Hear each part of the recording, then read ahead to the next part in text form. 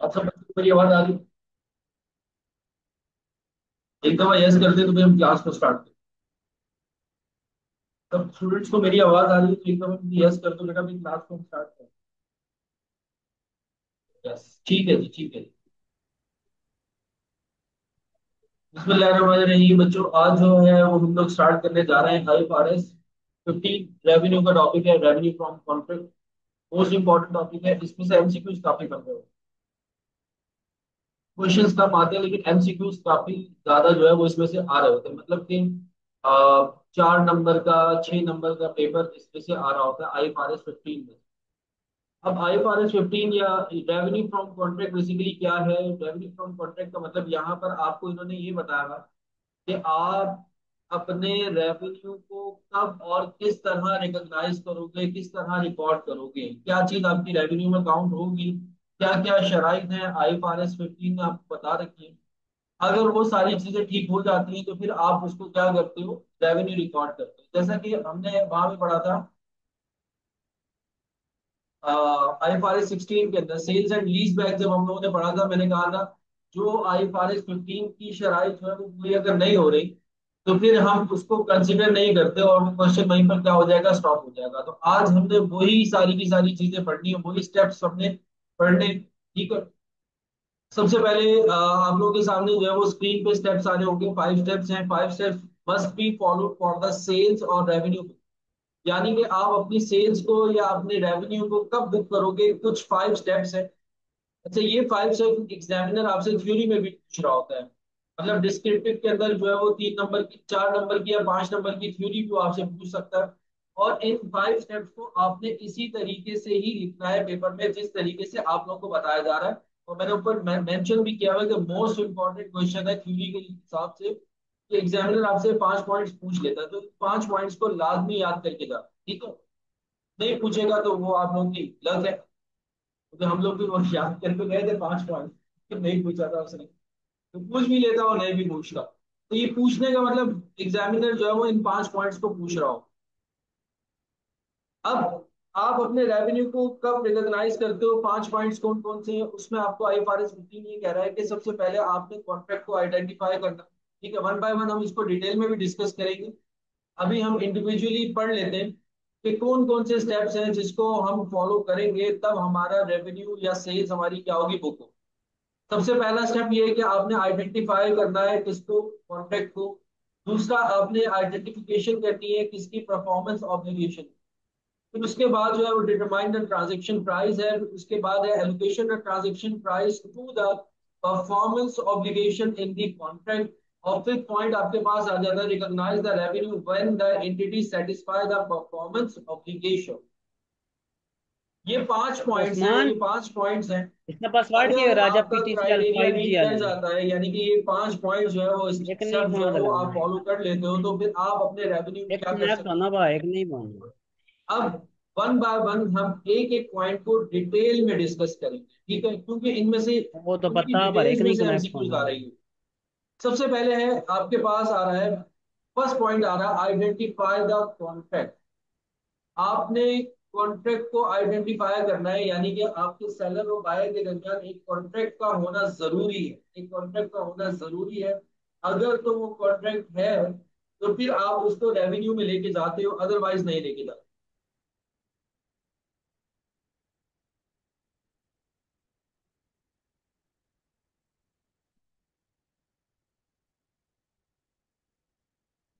मैं कर देता हूँ सबका माइक। आइडेंटिफाई द कॉन्ट्रैक्ट का मतलब क्या है? आइडेंटिफाई द कॉन्ट्रैक्ट, देखो स्टेजेस हैं, 5 स्टेजेस हैं, जिसमें आपके पास स्टेज नंबर 1 आ रहा है। स्टेज नंबर 1 में मैंने मेंशन किया हुआ है आइडेंटिफाई द कॉन्ट्रैक्ट क्या है, टर्म्स डिफाइन होनी चाहिए, लीगल राइट होना चाहिए, और फिर उसके बाद है probable chances of economic benefit होने चाहिए। ये तीनों बातें। सबसे पहले जो कॉन्ट्रैक्ट आप कर रहे हो बायर के साथ, वो उसकी जो भी टर्म्स एंड कंडीशन है वो दोनों को वो दोनों को डिफाइन होनी चाहिए, वो दोनों को डिफाइन होनी चाहिए।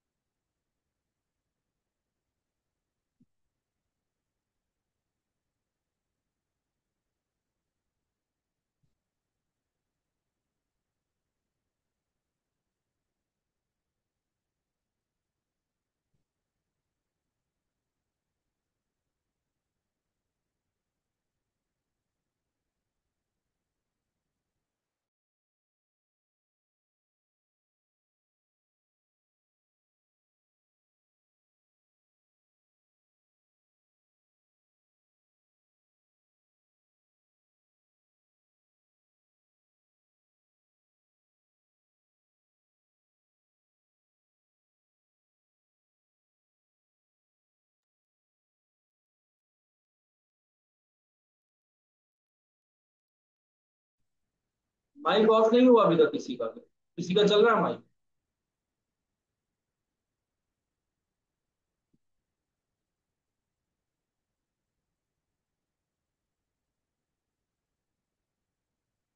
अच्छा बेटा, सॉरी।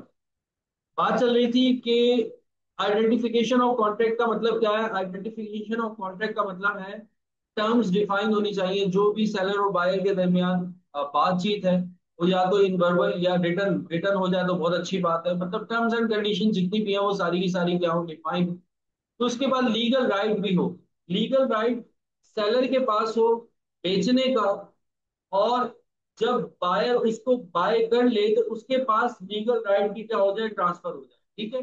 जैसे कि मैं लेट सपोज जो है वो अपना लैपटॉप जो है वो सेल कर रहा हूं। मेरे पास एक लीगल राइट है क्योंकि लैपटॉप क्या है, मेरा है, तो मैं इसको सेल कर सकता हूँ। या अगर ये किसी और बंदे का है, वही लैपटॉप उठाकर मैं सेल कर रहा हूँ, तो मेरे पास लीगल राइट नहीं है जब तक उसकी मुझे परमिशन नहीं मिलेगी, हाँ तुम उसको सेल कर। तो आपके पास लीगल राइट भी होना चाहिए, टर्म्स जो है वो डिफाइन होनी चाहिए। और तीसरा पॉइंट आ जाता है आपके पास प्रोबेबल चांसेस हो इकोनॉमिक बेनिफिट के। यानी कि फ्यूचर में या आपको नजर आ रहा हो कि ये जो कॉन्ट्रैक्ट हमारा बन रहा है, इस कॉन्ट्रैक्ट से हमें फ्यूचर के अंदर क्या होगा, बेनिफिट होगा। अच्छा देखो, प्रोबेबल चांसेस के अंदर ना तीन बातें आती हैं। प्रोबेबल चांसेस के अंदर तीन बातें आती हैं। सबसे पहली बात जो है वो आपके पास सबसे पहली बात जो है वो आपके पास आती है, आपने ये चेक कर लेना है कि बायर की फाइनेंशियल पोजीशन भी है उसको खरीदने की कि नहीं है। ठीक है। अक्सर औकात ज्यादातर जो है वो हमारे पास जो है वो ये एग्जांपल्स आ रही होती हैं। जो आपका लैंड और प्रॉपर्टी रियल एस्टेट के जब बिजनेस हो रहे होते हैं, उसके अंदर ही हमारे पास बहुत सारी चीजें सामने निकल कर आती है। डीलर क्या करता है, सिर्फ टोकन मनी आपको पे कर देता है। उसके पास कोई फाइनेंशियल पोजीशन नहीं होती उस एसेट को खरीदने की। टोकन मनी देकर वो एसेट बुक कर लेता है और फिर उसको आगे क्या करना शुरू कर देता है, सेल कर देता है। तो यहाँ पर आपने ये देखना है, यहाँ पर आपने ये देखना है कि जो बायर आपसे चीज खरीद रहा है उसकी वो फाइनेंशियल पोजीशन भी है कि नहीं है। वो उस आपसे वो एसेट खरीद सकता है कि नहीं खरीद सकता, आपकी वो इन्वेंट्री खरीद सकता है कि नहीं खरीद सकता। दूसरा, ऑब्जेक्टिव ऑफ बाइंग क्या है उसका, उस गुड्स का ऑब्जेक्टिव ऑफ बाइंग क्या है। ये ऐसा तो नहीं है कि वो उसको रखेगा आपसे, उसने 10 मिलियन की आपकी प्रॉपर्टी थी, 10 मिलियन में से उसने आपको जस्ट जो है वो 5 लाख रुपए टोकन मनी पे किया, आपसे 3 महीने का टाइम ले लिया, और 3 महीने बाद 3 महीने के अंदर अंदर उसी चीज को उसने किसी और को जाकर जो है वो क्या कर दिया, सेल कर दिया। तो यहाँ पर भी आपका रेवेन्यू जो है वो काउंट नहीं होगा। ठीक है। तो रेवेन्यू में बाइंग ऑफ ऑब्जेक्टिव क्या है बायर का, कि आया कि वो उसको खुद इस्तेमाल करेगा या उसको सेल करेगा, खुद पूरा उसको बाय करेगा कि नहीं करेगा। तो ये सारा ऑब्जेक्टिव भी जो है वो आपने उसका देखना है बायर का, कि बायर का ऑब्जेक्टिव क्या है, किस लिए वो उस एसेट को आपसे बाय कर रहा है, किस लिए वो इन्वेंट्री को आपसे बाय कर रहा है। ऐसा तो नहीं है कि जस्ट वो आपको टोकन मनी देकर और जो है वो आगे पोजीशन लेकर और आगे जो है वो उसको क्या कर रहा हो, सेल कर रहा हो। और पेमेंट टर्म्स भी जो है वो उसके अंदर क्या हो जानी चाहिए, डिफाइन हो जानी चाहिए। कि भाई पेमेंट टर्म्स क्या होगी, कब पेमेंट होगी, किस टाइम पीरियड में पेमेंट होगी। अगर टाइम पीरियड है 3 महीने का, 3 महीने के अंदर आपने उस टर्म को डिफाइन कर रखा है कि पहले महीने में इतनी पेमेंट होगी, दूसरे महीने में इतनी पेमेंट होगी, तीसरे महीने में इतनी पेमेंट होगी, तो वो पेमेंट टर्म्स भी जो है वो क्या हो, डिफाइन हो। वो वैसे हमारे पास आ जाता है कहाँ पर, टर्म्स डिफाइन के अंदर। तो ये आपके पास आ जाता है स्टेज नंबर 1, जिसको आप कहते हो identification of contract. Identification of contract मतलब कि टर्म्स डिफाइन हो, लीगल राइट हो, और प्रोबेबल चांस भी हो किसका, प्रॉफिट। यहां तक बात समझ में आ गई आप? पहला पॉइंट समझ में आ गया आपको? रेवेन्यू बुक करने का पहला पॉइंट समझ में आ गया। अच्छा, फिर उसके बाद आ जाओ पॉइंट नंबर 2 पे। पॉइंट नंबर 2 पे, क्योंकि ये बेटा ये थ्योरी है लेकिन इसको डिटेल में समझना जरूरी है। पॉइंट नंबर 2 है आपके पास identification of performance obligation. Identification of performance obligation, देखो जब कॉन्ट्रैक्ट होता है तो आपकी क्या होती है, परफॉर्मेंस होती है। ठीक है। जैसे लेट सपोज आपका मेरा अभी इस टाइम क्या हुआ है, कॉन्ट्रैक्ट हुआ हुआ है कि सर आपने जो है वो हमें क्या करना है, आपने जो है वो हमें क्या करना है, एफएससीआर पढ़ाना है, और बदले में आप लोग जो है मुझे कुछ अमाउंट जो है वो पे कर। तो ये क्या है, एक कॉन्ट्रैक्ट है। और इसके बाद आइडेंटिफिकेशन ऑफ परफॉर्मेंस ऑब्लिगेशन क्या है मेरे लिए ये कि मुझे आप लोगों को एफएससीआर कंप्लीट पढ़ाना है। मेरे लिए क्या है, मुझे आप लोगों को एफएससीआर जो है वो कंप्लीट पढ़ाना है। तो ये मेरे लिए क्या है, परफॉर्मेंस ऑब्लिगेशन। अच्छा, परफॉर्मेंस ऑब्लिगेशन एक भी हो सकती है और एक से ज्यादा भी हो सकती है। लेट सपोज अगर मैं आपसे कॉन्ट्रैक्ट कर लेता हूं, अगर मैं आपसे कॉन्ट्रैक्ट कर लेता हूं कि यार मैं आप लोगों को एफएससीआर पढ़ाऊंगा भी, साथ साथ मैं आप लोगों को नोट्स भी प्रोवाइड करूंगा। अब जो परफॉर्मेंस ऑब्लिगेशन है वो दो हो गई। तो मल्टी परफॉर्मेंस ऑब्लिगेशन भी हो सकती है और सिंगल परफॉर्मेंस ऑब्लिगेशन भी आपके कॉन्ट्रैक्ट के अंदर हो सकती है। ठीक है। जैसे हायर वालों से मैं एसी जो है वो परचेज करता हूँ अपने ऑफिस के लिए। उसको मैंने कहा कि यार जो है वो मुझे जो है वो एसी जो है वो चाहिए। आने बोला ठीक है, आपको हम एसी से ही कर देंगे, साथ में हम आपको 1 साल की वारंटी देंगे। यानी कि अगर आपका एसी जो है वो खराब हो जाता है तो रिपेयर मेंटेनेंस की भी आपको क्या देंगे, हम वारंटी देंगे। तो अब यहाँ पर जो परफॉर्मेंस ऑब्लिगेशन है ये दो तरह की है। एक तो वो एसी हमें सेल कर रहे हैं, और दूसरा वो हमें क्या कर रहे हैं, दूसरा में परफॉर्मेंस जो है वो सर्विसेज भी जो है वो क्या कर रहे हैं, सेल कर रहे हैं। परफॉर्मेंस ऑब्लिगेशन दो तरह की भी हो सकती है, तीन तरह की भी हो सकती है, एक तरह की भी हो सकती है। और परफॉर्मेंस ऑब्लिगेशन को हमेशा ये याद रखना कि जब आप उसको मार्केट में जाओ तो उनकी सेपरेट अलग प्राइस होनी चाहिए। जैसे हायर के एसी की अलग प्राइस है, और अगर आप एसी की सर्विस करवाने जाते हो तो उसकी एक अलग प्राइस है मार्केट के। अब वो दोनों चीजें आपको मिल रही है एक ही अमाउंट के अंदर, तो यहाँ पर परफॉर्मेंस ऑब्लिगेशन क्या आ जाती है, मल्टीपल भी हो सकती है और सिंगल भी हो सकती है। जैसे इसमें आ जाओ, स्टेज 2 के अंदर। स्टेज 2 में आकर मैंने कहा कि the entity perform the promise to provide the goods or services is separately identifiable from other services in the contract। यानी कि सेपरेटली आपको प्रोवाइड कर रही है, एक सिंगल ऑब्लिगेशन है उसके लिए। यानी कि वो आपका घर बना देंगे, कंस्ट्रक्शन ऑफ हाउस हो गया। टीचिंग वन पेपर, जैसे कि मैं आपको पढ़ा रहा हूँ, एफएससीआर पढ़ा रहा हूँ, बल्कि मैं यहाँ पर तो मेरे पास जो है वो दो सर्विसेज दे रहा हूँ, एमए भी पढ़ा रहा हूँ और एफएससीआर भी पढ़ा रहा हूँ। तो टीचिंग वन पेपर या पढ़ाना क्या हो गया, सिंगल परफॉर्मेंस हो गई। और अगर हम बात करते हैं मल्टी परफॉर्मेंस में, तो उसमें मैंने एग्जांपल्स दिए सेपरेट परफॉर्मेंस में।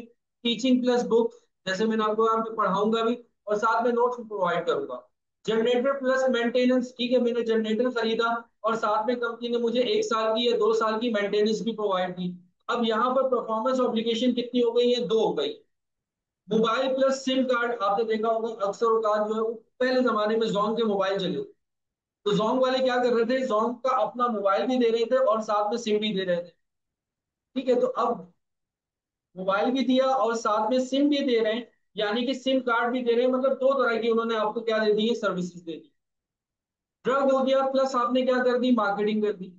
ड्रग मार्केटिंग का मतलब ये है कि जैसे मैं एक साइंटिस्ट, सपोज कर, मैं एक साइंटिस्ट हूँ और मैंने एक मेडिसिन का फॉर्मूला जो है वो इन्वेंट किया। अब मैं उसको किसी मेडिसिन कंपनी के पास लेके जाता हूँ और मैं उसको कहता हूँ कि मैं ये फार्मूला जो है वो सेल करना चाह रहा हूँ, एक बड़ा अच्छा फार्मूला है मेडिसिन का। कंपनी ने कहा चलो ठीक है, मैं आपसे ये फार्मूला जो है वो बाय कर ली। कंपनी ने वो फार्मूला मुझसे बाय किया। बाय करने के साथ साथ में मैंने उसको बताया कि इस फार्मूले को आपने मार्केट के अंदर सेल किस तरीके से करना है, ये सर्विसेज भी मैं आपको दे सकता हूँ। जैसे सॉफ्टवेयर की बात करूँ, सॉफ्टवेयर बनाते कंपनीज क्या करती है, सॉफ्टवेयर बनाती है, वो सॉफ्टवेयर वन टाइम क्या कर देती है, सेल कर देती है, उसकी एक कॉस्ट है। और फिर उसके बाद जो है वो आपसे ट्रेनिंग की कॉस्ट अलग चार्ज कर रही होती है। किसी ने कंपनी के अंदर अगर सॉफ्टवेयर वगैरह जो है वो बिल्ड करवाया हो, तो सॉफ्टवेयर कंपनी अपना सॉफ्टवेयर भी सेल कर रही होती है, साथ में सर्विसेज भी आपको प्रोवाइड कर रही होती है। कहीं पे आप फंसते हैं तो उसके अलग चार्जेस हैं। ठीक है, या फिर आप इसको इस तरीके से कर लो, कार और वारंटी। जैसे आपने कार खरीदी और साथ में आपको वारंटी भी दी जा रही है कि इसका ऑयल वगैरह ये सारी चीजें हम चेंज कर देंगे 1 साल तक। तो good sold plus warehouse service हो गया। ठीक है, आपको माल बेचा जा रहा है और साथ में आपको वेयर हाउस सर्विसेज भी दी जा रही है। तो बेनिफिट सेपरेटली भी हो सकता है और सिंगल बेनिफिट भी हो सकता है। इसको आप कहते हो identification of performance obligation. Identification of performance obligation ये करना बहुत जरूरी है। कॉन्ट्रैक्ट जो है वो कॉन्ट्रैक्ट आपने आइडेंटिफाई तो कर लिया, परफॉर्मेंस को आइडेंटिफाई नहीं किया, आप रेवेन्यू को रिकॉर्ड ही नहीं कर सकते। जैसे दो परफॉर्मेंस है, एक की कॉस्ट अलग होगी, एक की कॉस्ट अलग होगी। सर्विसेज की कॉस्ट अलग है, वन टाइम आपको चीज सेल की जा रही है, उसकी कॉस्ट अलग है। अगर परफॉर्मेंस को आप सेपरेट नहीं करोगे तो कॉस्ट को कैसे कैलकुलेट करोगे? जैसे मिसाल के तौर पे मैं आपको एग्जांपल देता हूँ। मैंने अपनी कंपनी के लिए सॉफ्टवेयर खरीदा, और उस सॉफ्टवेयर कंपनी ने कहा कि हमारा जो सॉफ्टवेयर है वो है 1 लाख रुपए, अकाउंट्स का या फाइनेंस का सॉफ्टवेयर 1 लाख। और अगर आपको हमारी सर्विसेज भी चाहिए, तो वो जो हम सर्विसेज प्रोवाइड करते हैं, वो सर्विसेज प्रोवाइड करते हैं आपको 30,000। और अगर आप लमसम दोनों चीजें हमसे ले लोगे, लमसम दोनों चीजें हमसे ले लोगे, तो आपको हम 1,10,000 में दे देंगे, सर्विसेज भी दे देंगे, साथ में सॉफ्टवेयर भी दे देंगे। अब यहाँ पर सवाल ये पैदा होता है कि सॉफ्टवेयर को वो कंपनी किस अमाउंट से रिकॉर्ड कर रही है, और सर्विसेज को वो किस अमाउंट से रिकॉर्ड कर रही है। दो सर्विसेज आ गई। जैसे एग्जांपल देता हूँ, इस तरीके से समझो तो ज्यादा अच्छे से समझो।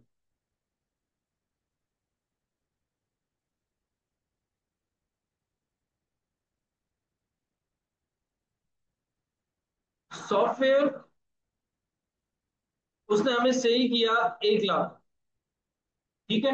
मतलब अगर कंपनी से सेपरेटली हम सॉफ्टवेयर खरीदते तो वो कितने का है? 1 लाख। और वो साथ में अपनी सर्विसेज भी देती है, वो और सर्विसेज कितने की देती है? 30,000। हमने कहा कि भाई दोनों चीजें चाहिए, हमें सर्विसेज भी चाहिए आपकी और सॉफ्टवेयर भी चाहिए। उसने बोला चलो ठीक है, इन दोनों के आप जो है 1,10,000 दे देंगे। अब देखो दोनों के बनते कितने? 1,30,000 में। लेकिन आपको वो क्या कह रहा है कि दोनों के आप कितने दे देना? 1,10,000। अब वो रेवेन्यू जो अपने पास बुक करेगा, कितने से रेवेन्यू बुक करेगा? सॉफ्टवेयर कंपनी 1,10,000 से रेवेन्यू बुक करेगी, क्योंकि वो चीजों को बेच रही है 1,10,000। अब उस रेवेन्यू को एलोकेट करना है, किस तरीके से करना है? सॉफ्टवेयर की कॉस्ट 1 लाख है और सर्विसेज की कॉस्ट कितनी है? 30,000 है। 1,10,000 को सॉफ्टवेयर में और सर्विसेज में किस तरीके से एलोकेट किया जाएगा? उसके लिए आपको सबसे पहले परफॉर्मेंस ऑब्लिगेशन आइडेंटिफाई करनी है कि भाई हम दो परफॉर्मेंस दे रहे हैं, एक तो सॉफ्टवेयर दे रहे हैं और एक सर्विसेज दे रहे हैं। ये दो परफॉर्मेंस पहले सेपरेटली आइडेंटिफाई होगी, तभी मैं अमाउंट को क्या कर पाऊंगा? एलोकेट कर पाऊंगा। अगर मुझे पता ही नहीं है मेरी परफॉर्मेंसेस क्या है, तो मैं अमाउंट को भी एलोकेट नहीं कर सकता। एलोकेट किस तरीके से करते हैं वो आगे चल के मैं आप लोगों को बताऊंगा। लेकिन अभी मैं ये बता रहा हूँ कि जब भी आप रेवेन्यू रिकॉग्नाइज करने लगोगे, आपने साथ में ये देखना है कि आया कि जो आप परफॉर्मेंस दे रहे हो वो मल्टी परफॉर्मेंसेज हैं या सिंगल परफॉर्मेंस। क्योंकि फिर उस रेवेन्यू को जो आप अर्न करोगे, उस रेवेन्यू को आपने उन परफॉर्मेंसेज में एलोकेट करना होगा। यहां तक बात क्लियर हो गई सबको?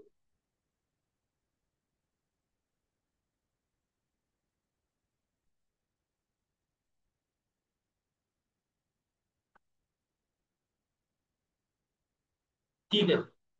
अब आ जाओ नेक्स्ट है, थर्ड स्टेप हमारे पास, ट्रांजैक्शन प्राइस।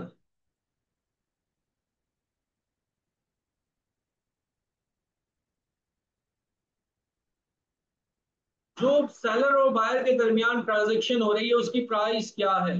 जो सेलर और बायर के दरमियान ट्रांजैक्शन हो रही है उसकी प्राइस क्या है? उसको आप कहते हो ट्रांजैक्शन प्राइस। अच्छा, अब ट्रांजैक्शन प्राइस में भी हमारे पास जो है वो डिफरेंट कैटेगरीज आ जाती है।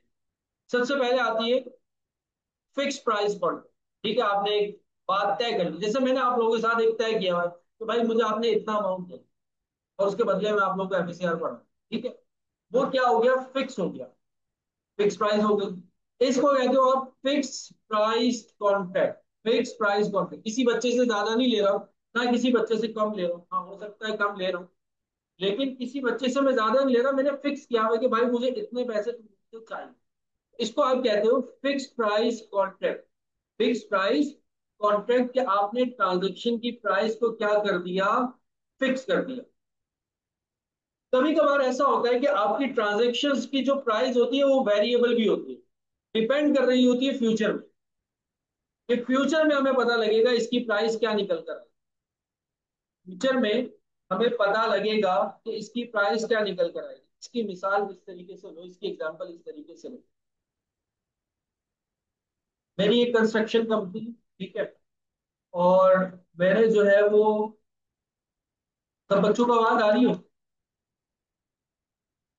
सब बच्चों को मेरी आवाज आ रही हो?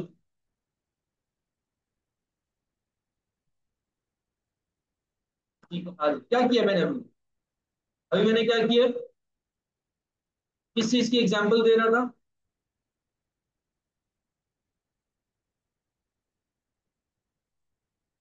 कंस्ट्रक्शन कंपनी, ठीक है, उस्मान जाग रहे हैं। कंस्ट्रक्शन कंपनी, अभी अभी मैंने 2 मिनट पहले एक कंस्ट्रक्शन कंपनी खोली, ठीक है। अभी अभी मैंने 2 मिनट पहले एक कंस्ट्रक्शन कंपनी खोली, और एक पार्टी मेरे पास आ गई, और उसको जो है वो अपना, अपने फ्लैट जो है वो क्या करने थे, बनवाने थे। ये 10 मंजिला जो है वो फ्लैट बनवा।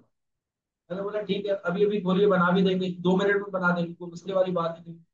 तो बस 2 मिनट में नहीं चाहिए मुझे, 3 मिनट के 3 महीने के अंदर अंदर आपने मुझे ये फ्लैट 10 मंजिला जो है वो बनाकर देना। कितने पैसे आप हमसे चार्ज करो? मैंने उसको कहा मैंने उसको कहा कि सर 3 महीने में आपको बना कर दे दें। तो बोला हाँ, मुझे 3 महीने में चाहिए वो फ्लैट। मैंने बोला मैं आपसे 1200 मिलियन चार्ज करूंगा, 1200 मिलियन चार्ज करूंगा, और 3 मंथ्स में, 3 मंथ्स में आपको वो फ्लैट जो है वो बनाकर दे दूंगा। उसने बोला चलो ठीक है, आपका मेरा क्या हो गया, कॉन्ट्रैक्ट हो गया। फिर जाते जाते उसने मुझे ये बोला, अगर तुम यही जो 3 महीने वाला काम है ना, मुझे 2 महीने में करके दे दो ना, 2 महीने में करके दे दो, तो मैं तुम्हें 1200 मिलियन की बजाय मैं तुम्हें 1300 मिलियन दे दूं। अगर यही 3 महीने वाला काम अगर मैं उसको 2 महीनों में करके दे देता हूं, तो वो मुझे कितना देगा, 1300 मिलियन, यानी कि 100 मिलियन वो ज्यादा मुझे देगा। मैंने बोला ठीक है सर, कर दूंगा, कोई मसले वाली बात ही नहीं। 3 महीने का मैं आपको 2 महीने में कर दूंगा। उसने बोला देखो, यहाँ पे तुम्हें मजे आ रहे हैं। मजे कहाँ आ रहे हैं तुम्हें? 2 महीनों में मजे आ रहे हैं कि मैं तुम्हें 100 मिलियन एक्स्ट्रा पे कर रहा हूँ। अब थोड़े मजे हम भी करेंगे। वो कैसे मजे का हम करेंगे कि अगर 3 महीने से ऊपर चले गए तो फिर तुम्हें 1200 मिलियन नहीं मिलेंगे, फिर तुम्हें मिलेंगे 1100 मिलियन।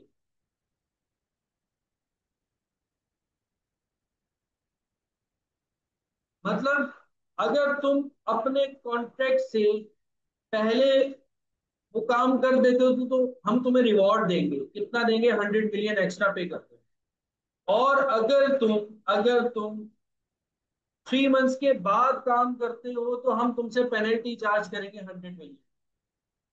तो अब देखो, यहाँ पर आपके कॉन्ट्रैक्ट की प्राइस वेरिएबल है।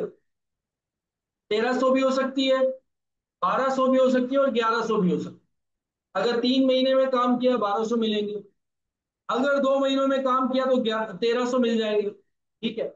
और अगर 3 महीने के बाद काम किया तो फिर वो कितने मिल जाएंगे आपको, 1100 मिल जाएंगे। तो ये डिपेंड कर रहा है हमारे फ्यूचर के ऊपर या हमारी परफॉर्मेंस के ऊपर।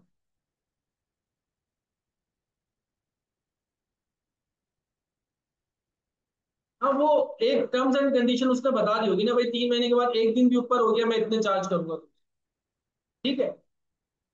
तो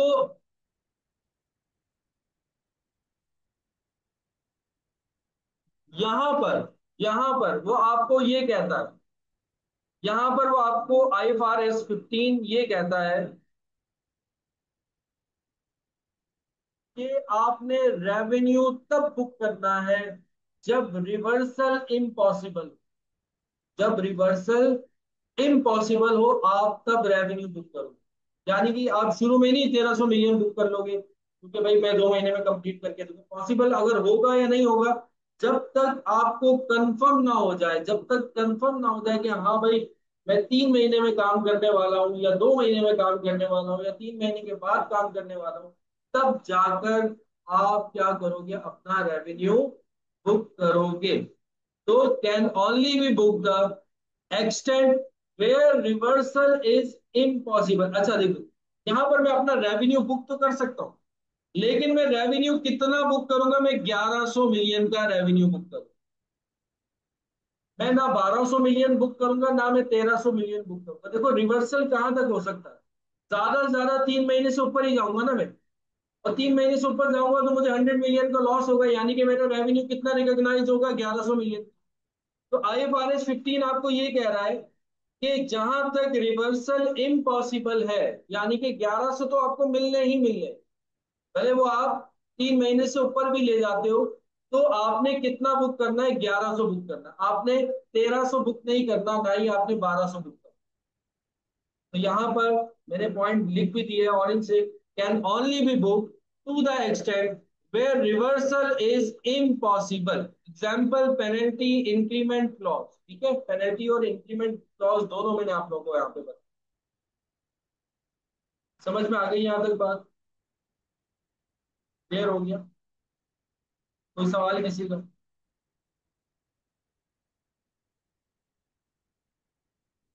देखो मेरे बच्चों, मैंने आपको ये बताया कि 1200 तो आपको कॉन्ट्रैक्ट के मिलने ही मिलने।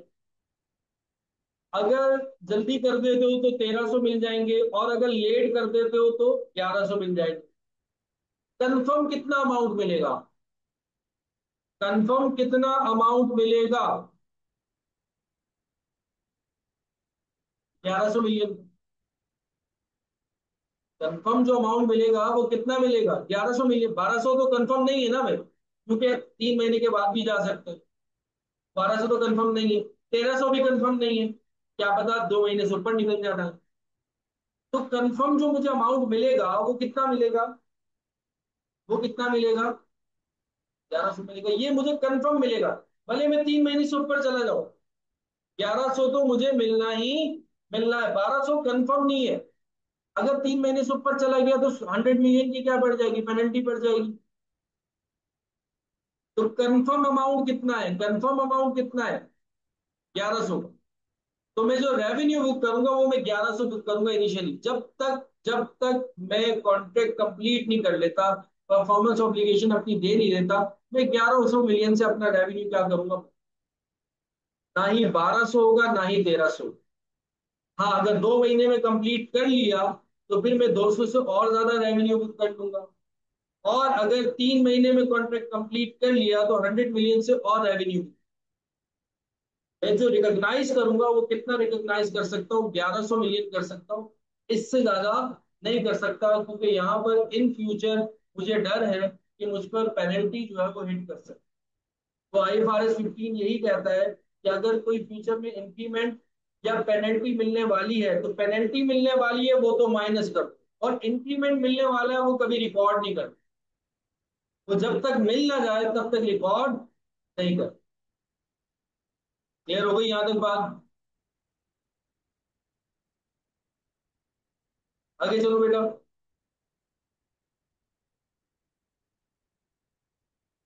अच्छा जी, फिर उसके बाद नेक्स्ट आता है, देखो सेल्स हमारी एक फिक्स हो गई, एक हो गई वेरिएबल। अब थर्ड आ जाती है हमारी, जो सेल होती है वो होती है sales on return basis. Sales on return basis. अब सेल्स ऑन रिटर्न बेसिस की कहानी क्या है?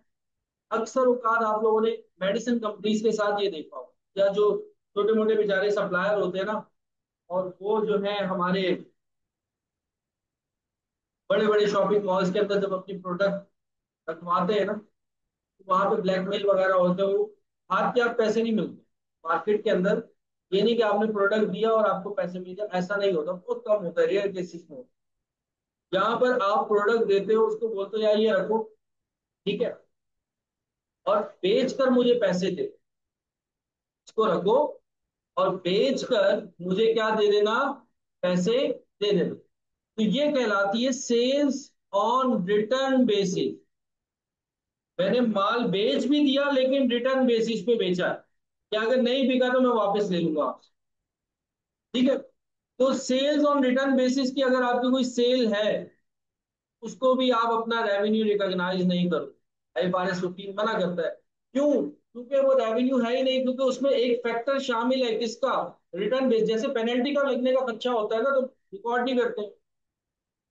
सेम यहाँ पर भी प्रोडक्ट हमें क्या मिल सकती है, वापस मिल सकती है। जब प्रोडक्ट वापस मिल सकती है तो तब तक आपने उसको रिकॉर्ड नहीं करना। हाँ, अगर ऐसा हो, लेट सपोज अगर आपका ऐसा हो कि आप ऐसी जगह से बिजनेस कर रहे हो जहां पे आपको कंफर्म हो कि यहाँ पे मेरी प्रोडक्ट बिक जाएगी, तो वहां पर आप सेल रिकॉर्ड कर सकते, अदरवाइज नहीं कर सकते। जहां पर आपको कंफर्म्ड हो, कोई ऐसी कंपनी जैसे अमेजोन हो गया, अमेजोन में मैंने अपना प्रोडक्ट रखवा दिया, वहां पे तो पता ही है कि प्रोडक्ट क्या है, बिक जाना है, वेल नोन कंपनी है, इम्तियाज में रखवा दिया मैंने। इम्तियाज एक वेल नोन इदारा है कराची पाकिस्तान के अंदर, तो पाकिस्तान के अंदर है, मुझे पता है मेरा प्रोडक्ट कुछ ना कुछ करके बिक जाएगा, तो यहाँ पर मैं क्या कर सकता हूँ, अपनी सेल बुक कर सकता हूँ। लेकिन अगर नॉर्मल कहीं मार्केट में बेचता फिर रहा हूँ, तो फिर वहां पर मैं अपनी सेल बुक नहीं करूंगा जब तक मुझे कंफर्म ना हो जाए। तो सेल्स ऑन रिटर्न बेसिस आपका ये कह रहा है। थर्ड पॉइंट हो गया। फिर उसके बाद आ रहा है फोर पॉइंट, उसके बाद आ रहा है फोर पॉइंट, ये बड़ा मजेदार था। सारे बच्चे बेटा नींद तो नहीं आ रही? नींद तो नहीं आ रही?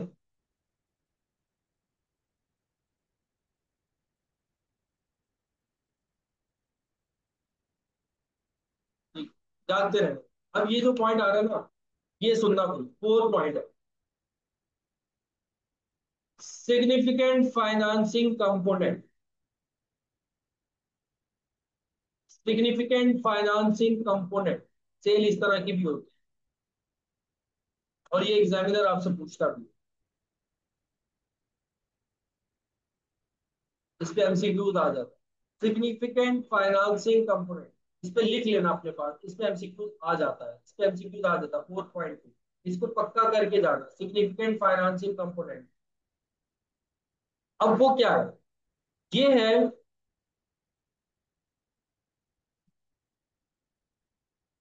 टाइम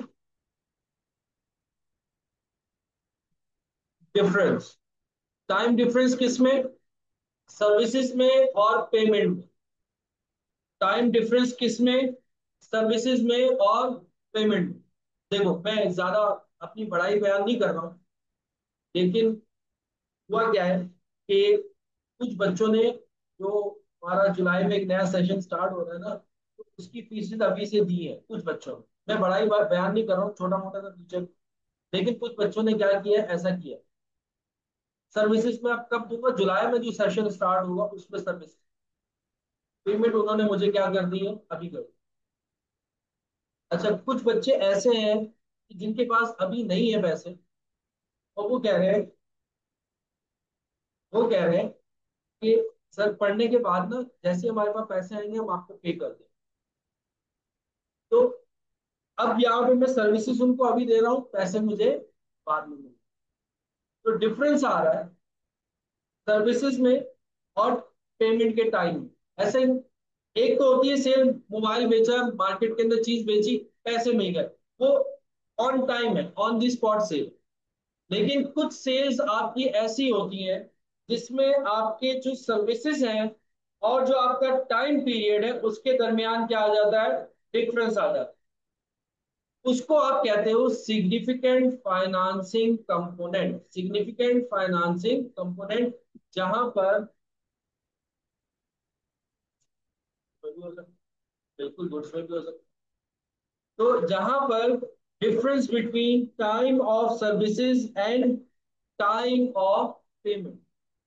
अब वो टाइम ऑफ सर्विसेज और टाइम ऑफ पेमेंट में, सर्विसेज आप बाद में दोगे, पेमेंट आपने पहले ले ली है, या सर्विसेज आप देने के बाद आप क्या करोगे, पेमेंट दोगे। तो ये कहलाता है आपके पास सिग्निफिकेंट फाइनेंसिंग कंपोनेंट। अब इसमें दो केसेस है। पहला केस क्या है, पेमेंट ले ली, सर्विसेज बाद में दो। और दूसरा केस क्या है कि सर्विसेज दे रहे हो, पेमेंट आप बाद में दोगे। ये दो चीजें आ रही है सिग्निफिकेंट फाइनेंसिंग कंपोनेंट। अब इन दो केसेस को हम लोग क्या करेंगे, डिस्कस करेंगे। पहला केस क्या है, पेमेंट ले ली, सर्विसेज बाद में दोगे, पेमेंट ले ली, सर्विसेज बाद में दोगे, पेमेंट ले ली और मार्केट से शॉर्ट हो गए, ऐसा नहीं, पेमेंट ले ली, सर्विसेज बाद में दो। और दूसरा क्या है कि आपने सर्विसेज दे दी, पेमेंट बाद में लोगे। तो ये दो केसेस आते हैं इसमें निकल करके आपके सामने। अब उन दो केसेस को हम लोग पढ़ेंगे। उन दोनों केसेस से आप क्या बन रहे होते हैं, एमसीक्यूज बन रहे होते हैं।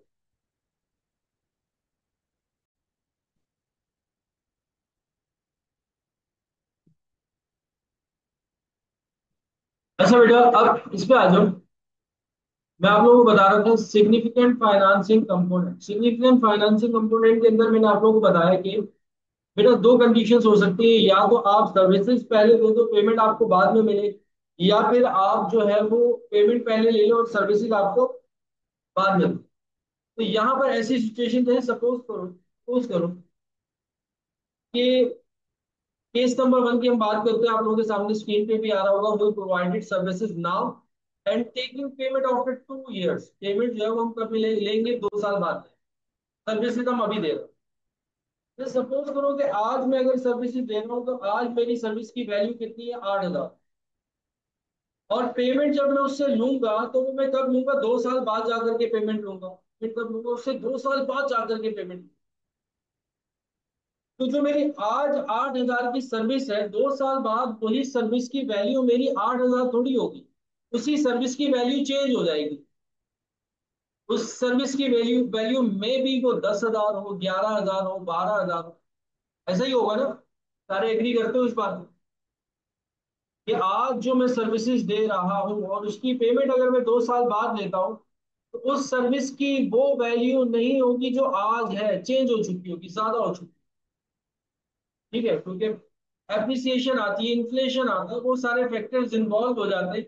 तो इससे आपकी वैल्यू में चेंज आ जाता है, आपकी सर्विस की वैल्यू में चेंज आ जाता है। मुझे याद है जब हम किसी कोचिंग सेंटर में पढ़ा करते थे, मुझे याद है कि मैं ग्रेजुएशन जब कर रहा था, मैं किसी कोचिंग सेंटर में जाता था तो मैं 1,200 रुपये फीस दिया करता था उस कोचिंग सेंटर। फिर उसके बाद आज जब मैं उसी कोचिंग सेंटर में पढ़ा रहा था तो उसकी फीस तकरीबन 6,000 या 7,000 चल रही थी। वैल्यू में क्या आ चुका है, चेंज आ चुका है। जब मैंने ग्रेजुएशन किया था, अब की वाली में क्या आ गया, चेंज आ गया। तो यहाँ पर आपको IFRS 15 ये कहता है, 15 ये कहता है कि आपने अपने रेवेन्यू को उतना ही बुक करना है जितना आपके आपके मुताबिक आपके सर्विस की फ्यूचर में जो वैल्यू हो। यानी कि अभी तो 8,000 है, 2 साल बाद अगर 10,000 है तो आप अपने रेवेन्यू को 10,000 से बुक करोगे। आप अपने रेवेन्यू को 8,000 से बुक नहीं करोगे। आप अपने रेवेन्यू की पहले इस प्रेजेंट वैल्यू की फ्यूचर वैल्यू निकालोगे। फ्यूचर वैल्यू निकालने के बाद जो अमाउंट आएगी उससे आपने अपने रेवेन्यू को उन 2 सालों के अंदर बुक कर। अब उस रेवेन्यू को कैसे बुक किया जाएगा, ये बात समझ में आ गई, पहली बात समझ में आ गई। केस 1 क्या? केस 1 ये है कि भाई पहले आप पेमेंट बाद में लोगे, सर्विसेज आपने अभी दे दी। जैसे अभी मैंने आपको सर्विस दे दी और बच्चा मुझे कहता है सर 2 साल बाद जब मैं आईएसएम में इंशाल्लाह क्वालिफाई कर जाऊंगा तो फिर मैं आपको पेमेंट करूंगा। बोला चलो ठीक है यार, कोई मसला नहीं, 2 साल बाद कर दो। तो जो अभी की वैल्यू है मेरी सर्विसेज की, 2 साल बाद वो वैल्यू नहीं होगी। तो जो 2 साल बाद मेरी सर्विस की वैल्यू होगी, उस वैल्यू को मैंने क्या करना है, उस टाइम पीरियड के अंदर रिकॉर्ड करना है। यानी कि उन 2 सालों तक मैंने अपने रेवेन्यू को 8,000 से 10,000 पर लेकर जाना। अब मैं कैसे लेके जाऊंगा, देखो इनिशियली इनिशियली क्या होगा, इनिशियली क्या होगा कि मैंने क्या कर दी, सेल कर दी। तो मैं अपनी एंट्री बनाऊंगा अपने पास 8,000 रुपए से। अकाउंट मेरा आप लोगों के सामने आ भी रही होगी। अकाउंट रिसीवेबल डेबिट और सेल्स क्या हो जाएगी मेरी, credit.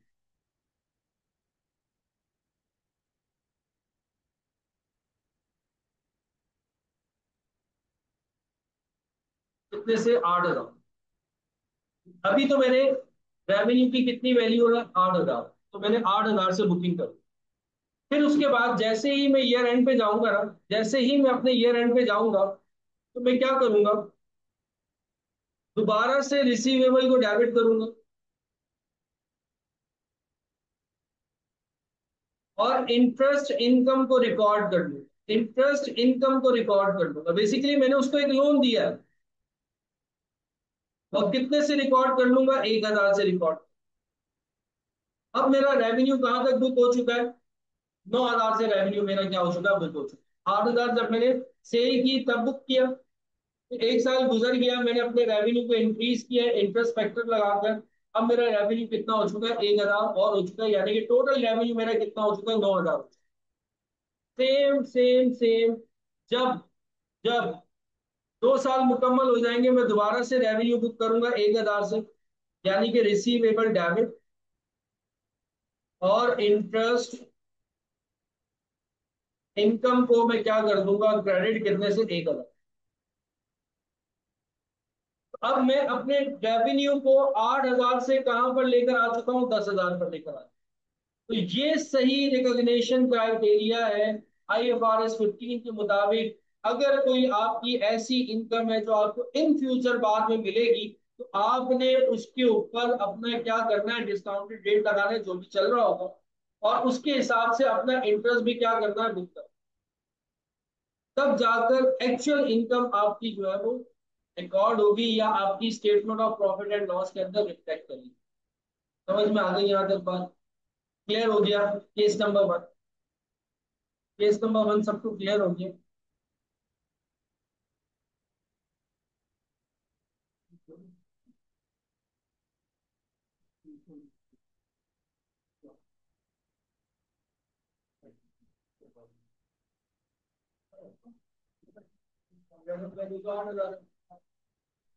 Feature value feature value में निकल जाएगा, उससे रिकॉर्डिंग 2 साल में इसका जो डिफरेंस होगा इसको आप डिस्काउंटिंग कहते हैं। जैसे मैं तो 8,000 है, जितना आपको भी मिल रहा है तो आपको पता है निकालने की जरूरत नहीं।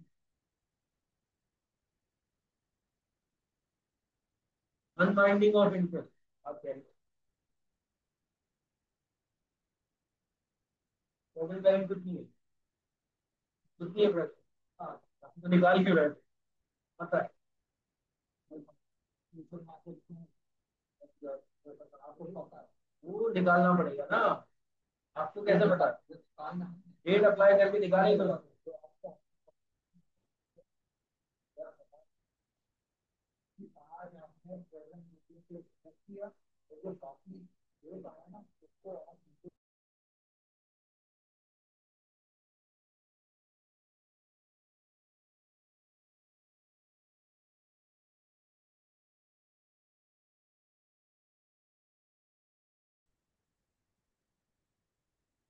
अब केस नंबर 2 क्या है कि पेमेंट मैं आज रिसीव कर लेता हूँ लेकिन सर्विसेज में उसको 2 साल तक देता रहूंगा या 2 साल बाद में उसको सर्विसेज दूंगा। पेमेंट कब ले रहा हूँ, बेसिकली आज ले रहा हूँ, और सर्विसेज में उसको कब दूंगा, बाद में दूंगा। तो ये क्या हो गया, मेरे लिए एक किस्म का लोन हो गया, ये मेरे लिए एक किस्म की क्या हो गई, लायबिलिटी हो गई।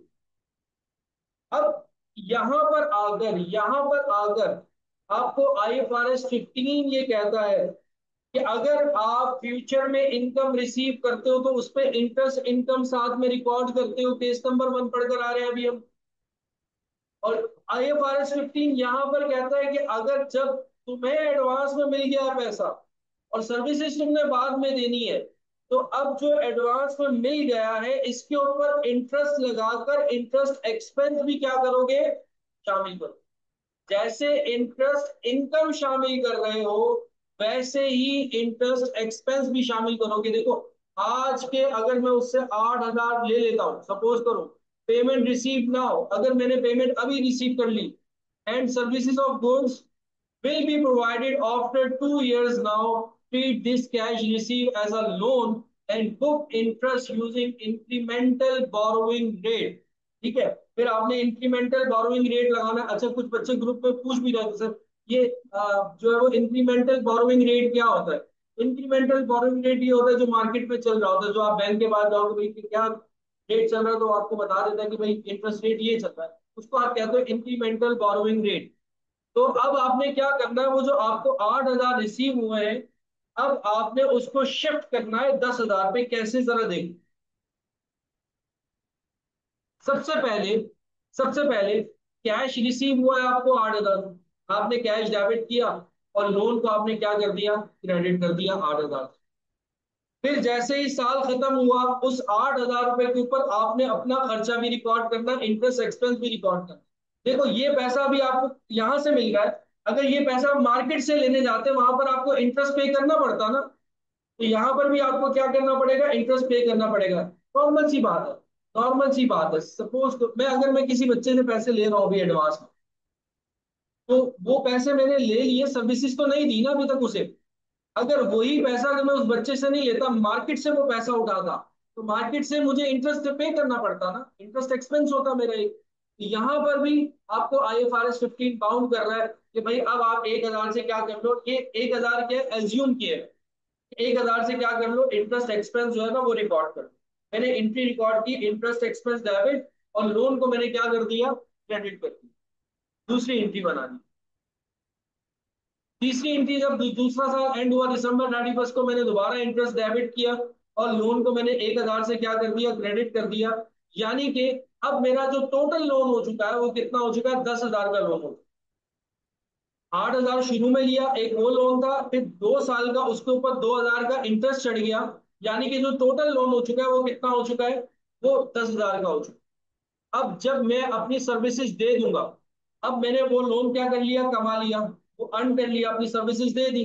तो फिर मैं क्या करूंगा, उस लोन को डेबिट करके उसकी जगह रेवेन्यू को क्या कर दूंगा, क्रेडिट कर दूंगा। यानी कि लोन डेबिट हो जाएगा और सेल्स हमारी क्या हो जाएगी, क्रेडिट हो जाएंगी। ठीक है। तो IFRS आपको 15 ये कह रहा है कि अगर आप किसी से एडवांस में पैसे ले लेते हो तो वो आपकी बेसिकली रेवेन्यू नहीं बनता, बल्कि वो आपके लिए क्या बन जाती है, लायबिलिटी बन जाती है। और प्लस अगर वो लॉन्ग टर्म चल रहा है तो उसके ऊपर इंटरेस्ट भी काउंट होगा।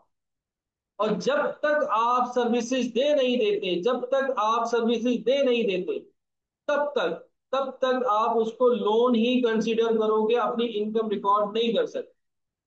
जैसे ही आपने उसको सर्विसेज दे दी, आपकी परफॉर्मेंस ऑब्लिगेशन खत्म हो गई, तो नाउ अब आप उस लोन को ट्रांसफर कर दोगे अपने रेवेन्यू के अंदर। अब आप उसको अपना रेवेन्यू, यहां तक बात क्लियर हो गई?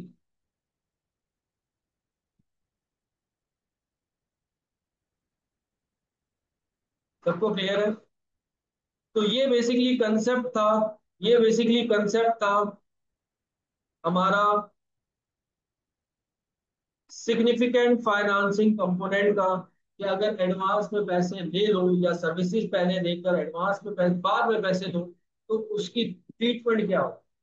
अब उसके बाद बच्चों लास्ट आ रहा है हमारे पास, सेकंड लास्ट आ रहा है, सेकंड लास्ट आ रहा है, फोर्थ है एलोकेशन ऑफ ट्रांजैक्शन प्राइस। ये बड़ा इंपॉर्टेंट, इससे एमसीक्यूज आता है। देखो दो चीजों से एमसीक्यूज बनता है, एक ऊपर वाला जो भी हमने पढ़ा सिग्निफिकेंट वाला, ये जो दो केसेस हैं, इसके हम एमसीक्यूज भी प्रैक्टिस करेंगे। और एक आपका आ जाता है इसमें से एलोकेशन ऑफ ट्रांजैक्शन प्राइस, कि आपने ट्रांजैक्शन प्राइस को किस तरीके से एलोकेट करना है। जैसे मैंने कहा था ना केस, वो जो आपके पास टू था उसमें क्या था, उसमें ये था कि आपने आइडेंटिफाई करना था कि परफॉर्मेंस ऑब्लिगेशन है क्या। अब वो आपने आइडेंटिफाई कर लिया ना, अब जो ट्रांजैक्शन प्राइस निकल कर आई है, उस ट्रांजैक्शन प्राइस को उस परफॉर्मेंस के हिसाब से आपने क्या करना है, एलोकेट करना। देखो उसमें पॉइंट नंबर 2 में क्या था, परफॉर्मेंस ऑब्लिगेशन आपने देखी थी कितनी है, दो है, तीन है, चार है, कितनी? परफॉर्मेंस ऑब्लिगेशन देख ली, सपोज कर लो दो है। ट्रांजैक्शन प्राइस आपने देखी पर स्टेज नंबर 3 पे। अब उस ट्रांजैक्शन प्राइस को इन परफॉर्मेंस ऑब्लिगेशन पर क्या करना, आपको एलोकेट करो। अब किस तरीके से एलोकेट करोगे, जरा देखो, जरा देखो। इसमें मैं एक क्वेश्चन भी करवाऊंगा अभी, जिस तरीके से पेपर में आता है। सपोज करो कि हमारे पास जो है वो, मैं टीचिंग कर रहा हूँ FACR, और मैं आपसे सपोज कर रहा हूँ कि मैं 10,000 ले रहा हूँ। वीडियो रिकॉर्ड हो रही है, बच्चे परेशान हो जाएंगे। मैं कितने ले रहा हूँ, सपोज करो आपसे 2,000, और मैं अपने नोट्स के आपसे सेपरेटली चार्ज करने लग जाऊं 1,000, तो टोटल मैं कितने ले रहा हूँ, 3,000। मैं कह रहा हूँ अगर तुमने मुझसे FACR पढ़ना है 2,000 दूंगा, अगर तुमने मुझसे खाली नोट्स लेने तो 1,000 दूंगा। एक बच्चे ने कहा कि सर मैं दोनों लेना चाहता हूँ, तो FACR की क्लासेस भी और नोट्स भी। मैंने बोला चलो ठीक है, अगर तुम दोनों चीज लेना चाहते हो तो मैं तुम्हें डिस्काउंट दे देता हूँ। कितने का? मैं तुमसे लूंगा 2,500। ट्रांजेक्शन प्राइस तो बन रही थी 3,000, परफॉर्मेंस ऑब्लिगेशन हमारे पास 2,000 है। लेकिन अब इस अमाउंट को, इस 2,500 को आप किस तरीके से एफएससीआर की इनकम में और नोट्स की इनकम में एलोकेट करोगे। यहाँ पर आपको ये कहता है कि देखो ट्रांजेक्शन की जो आपकी सेपरेट प्राइस थी वो क्या है, पहले ये देखो। सेपरेट प्राइस सर हमारी 2000 और 1000 थी। तो 2000 और 1000 का परसेंटेज निकालो। 2000 और 1000 का परसेंटेज निकालो। डिवाइड कर दो 3000 से, डिवाइड कर दो 3000 से। कितना बन रहा है?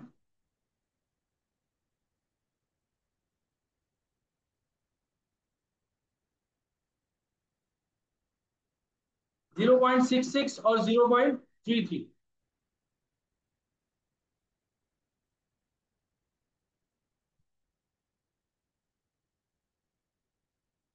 ठीक है, तो ये मेरा परसेंटेज बन रहा है, ये मेरा रेशो बन रहा है जो मैं इनकम जनरेट कर रहा हूँ। ठीक है, तो सेपरेटली मैंने क्या कर लिया, सेपरेटली मैंने क्या कर लिया, परसेंटेज निकाल लिया। अब इस परसेंटेज के हिसाब से मैं रेवेन्यू को क्या करूंगा, एलोकेट करूंगा। यानी कि एफएससीआर के अंदर एफएससीआर की जो इनकम में रिकॉर्ड करूंगा, टोटल इनकम मुझे कितनी मिल रही है एक स्टूडेंट से, 2500, मल्टीप्लाई कर दूंगा 0.667। ऐसे ही नोट्स की जो मुझे इनकम मिल रही है वो कितनी मिल रही है, वो सर 2500 टोटल मिल रही है। नोट्स का कितना, 0.33। जो इनकम होगी उस इनकम से मैं अपने रेवेन्यू को क्या करूंगा, रिकॉर्ड करूंगा। कितना कितना आ रहा है बेटा, 824, 1666, 1666, 824। तो इस अमाउंट से मैं अपने रेवेन्यू को अलग, एफएससीआर को अलग रिकॉर्ड करूंगा और नोट्स को अलग। अब समझ में आ रही है स्टेप नंबर 2 की इंपॉर्टेंस क्या थी, कि परफॉर्मेंस ऑब्लिगेशन के बारे में हमें पता होना चाहिए कि सेपरेट है कि सिंगल है। अगर सेपरेट परफॉर्मेंस ऑब्लिगेशन है तो जो उसकी प्राइस की एलोकेशन होगी वो भी सेपरेटली होगी। एफएससीआर के अंदर अलग जा रहा है और नोट्स के अंदर अलग जा रहा है। टोटल मेरा कितना बन रहा है, 2500। सब बच्चों को बात समझ में आई?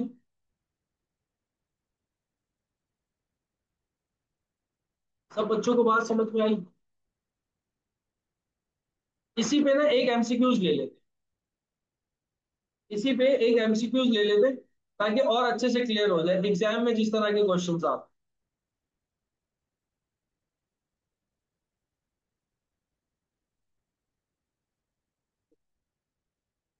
हाँ? नहीं ये एमसीक्यू कर लेना इस तरह के आ रहे हैं। आपने पता लिखी भी है कि नहीं? अच्छा लिखी भी है। अच्छा बेटा ये आपके पास भी आ रहा है, क्वेश्चन आपके सामने होगा। Pluto limited sales industrial commercial at following stand alone price. मतलब कि इसकी तीन प्रोडक्ट है, C1, C2, C3। और उनकी जो स्टैंड अलोन प्राइसेज है वो ये है, 1,90,000, 1,10,000।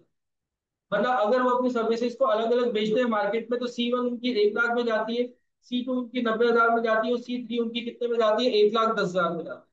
फिर वो कह रहे हैं कि पीएल जो है वो रेगुलरली सेल कर रहा है C2 को और C3 को एक साथ टुगेदर। कितने का, 1,70,000। अब देखो मेरे बच्चों मेरी बात सुनो, C2 और C3 की जो प्राइस है ना, C2 और C3 की जो प्राइस है वो बन रही है 2 लाख। लेकिन अब ये दोनों को अगर मिला, अगर ये separately separately stand alone prices जो बन रही है अगर सेपरेटली देखा जाए तो 2 लाख बनते हैं।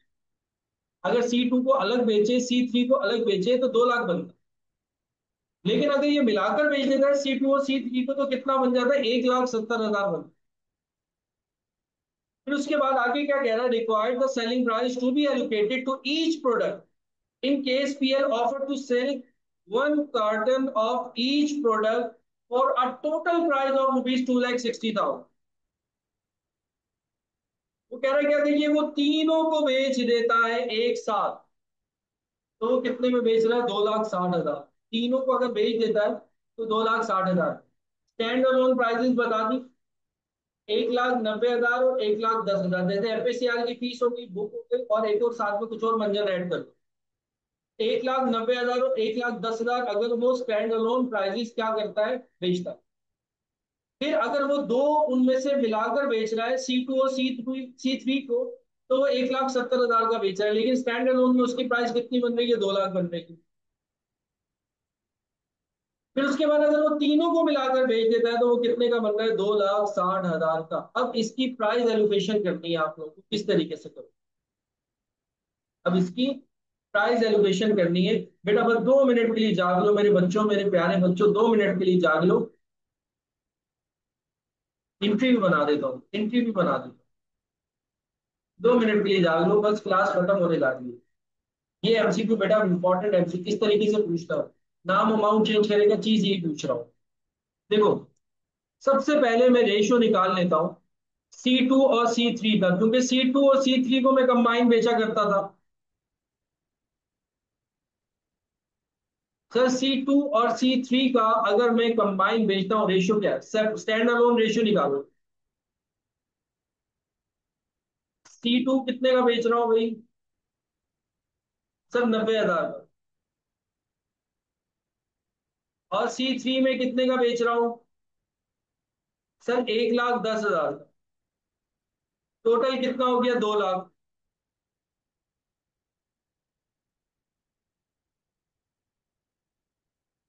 मुझे जरा बताओ C2 और C3 की क्या क्या परसेंटेज आ रही। 0.45, 0.55, ठीक है।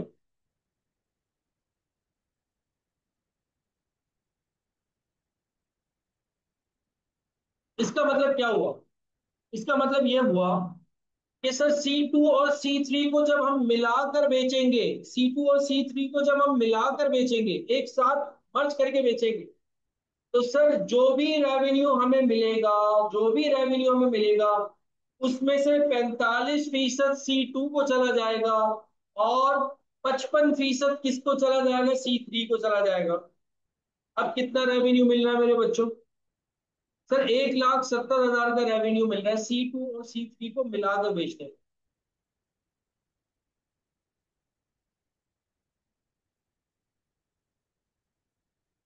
76,500 और 93,500, ठीक है।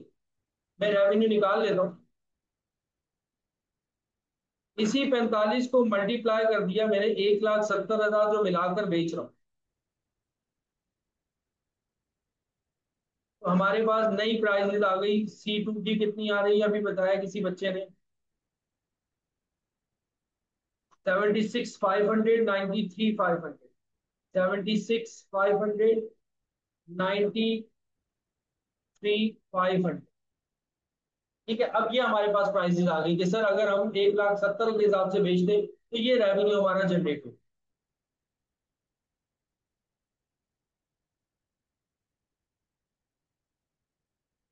उनको जरा सबर करो, उनको जरा सबर करो।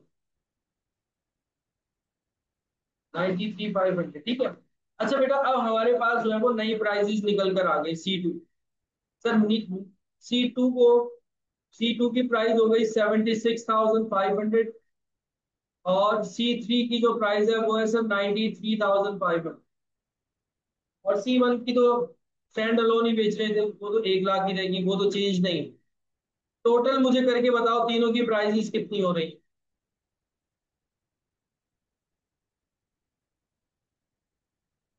2,70,000।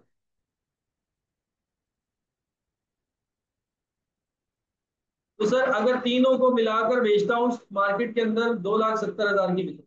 लेकिन वो ये कह रहा है कि आपने बेचा कितने का है, आपने 2,60,000 का बेच दिया। C1, C2 और C3 को जब आपने मिलाया है और मिलाकर बेचा है तो कितने का बेच दिया है, 2,60,000।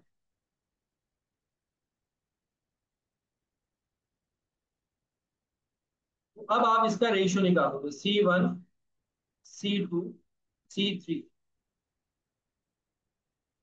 नई प्राइसेस जो हमारे पास निकल कर आई वो आई 1,76,500, 93,500 divided by total 2,70,000, divided by total 2,70,000, divided by total से करेंगे ना मेरे भाई, 2,60,000 को डिस्ट्रीब्यूट करो तो रेशियो निकाल, तो पहले निकाला 2,70,000। मुझे परसेंटेज बताओ तीनों की क्या बढ़ गई।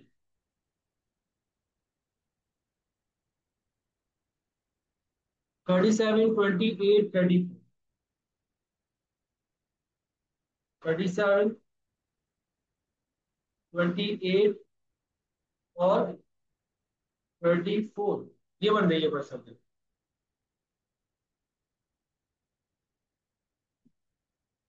283, 34, 6, ये परसेंटेज आ गई। अब जो 2,60,000 का माल बेच रहा हूँ, इस परसेंटेज पे अप्लाई कर दूंगा।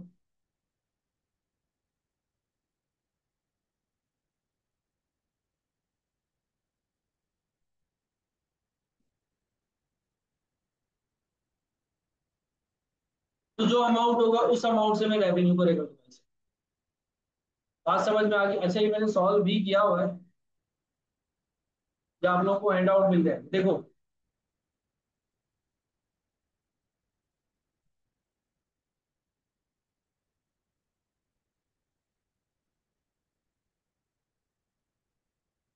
ठीक है, ये आ गया हमारे पास।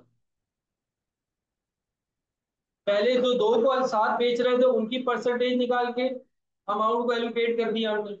फिर जब हम तीनों को साथ बेच रहे हैं तो उनकी परसेंटेज निकाल के जो तीनों का एक साथ का अमाउंट है उसके साथ हमने क्या कर दिया, डिस्ट्रीब्यूट। ये वाली बात क्लियर हो गई बेटा सबको? सबको क्लियर है?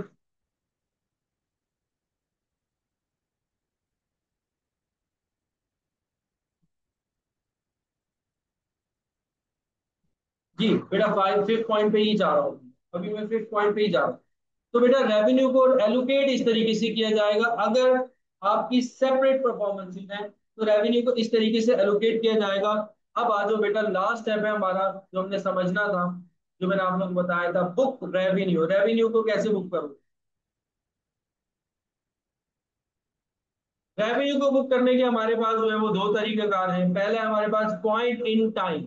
पॉइंट इन टाइम का मतलब ये है कि जब कोई ऑब्लिगेशन नहीं आती, रेवेन्यू को बुक कर, या कंट्रोल ट्रांसफर हो चुका है, रेवेन्यू को बुक कर। जैसे आपका मेरा एग्रीमेंट हुआ, मैं अपना घर आपको बेच रहा हूं, आपको मैंने आपने मुझे पैसे भी दे दिए, रेवेन्यू बुक नहीं करूंगा। मैंने क्या किया,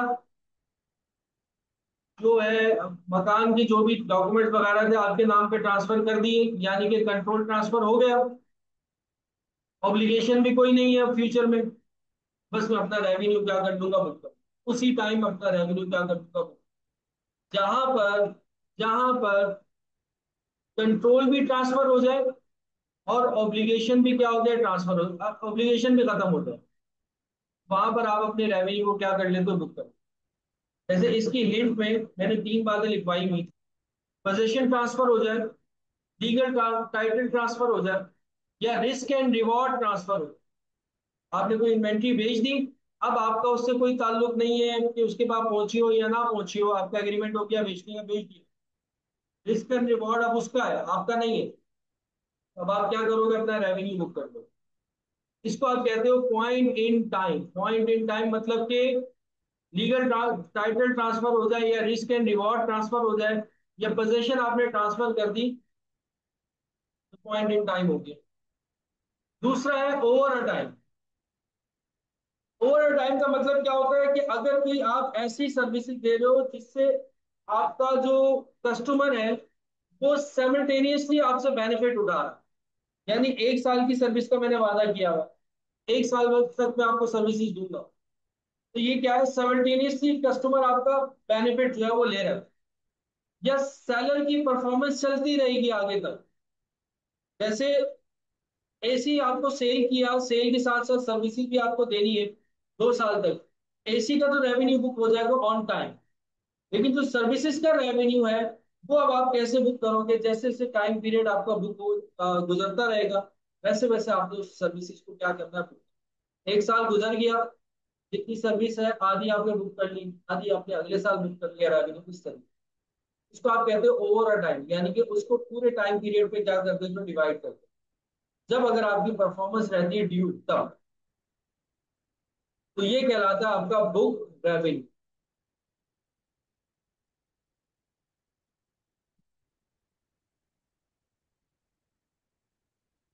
क्लियर हो गया यहाँ तक बेटा?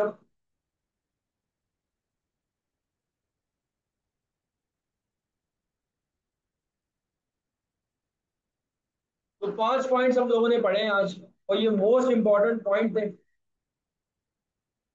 जिस तरह की एमसीक्यूज आती है उस तरह की भी मैंने कोशिश की आपको सॉल्व करवाने की।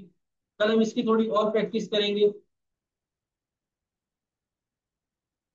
जनरल एंट्री क्या होगी, अगर आपको पैसे उसी टाइम मिल गए तो आप बैंक को डेबिट करके, अगर जैसे टीचिंग फी है और नोट्स फी है, दोनों को अलग अलग क्रेडिट कर दो बस।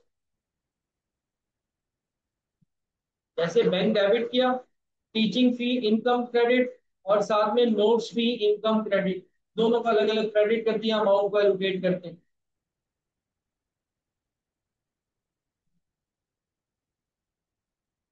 जी बिल्कुल ऑफ करने जा रहे हैं बिल्कुल हम। क्लास तो यहाँ तक सबको क्लियर हो गया ना? हाँ, 11 बजे अगर किसी को रिवीजन करना हो तो कर ले, लिंक में शेयर कर दो। वो जस्ट एक रिवीजन क्लास है, मतलब उसमें मोटे मोटे पॉइंट्स डिस्कस करेंगे ताकि वो मेमोराइज हो जाए। वो 11 बजे की इस तरह की कोई क्लास नहीं होगी, वो आधे घंटे की क्लास होगी बस। ये तो हमारी स्पेशल क्लासेस है।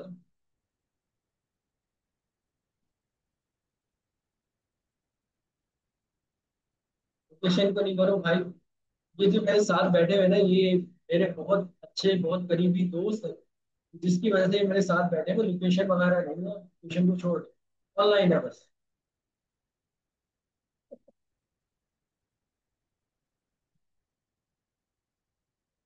तो इन्होंने भी एफएससीआर का पेपर देना था, तो इस वजह से दे रहे हैं साथ में बैठ के।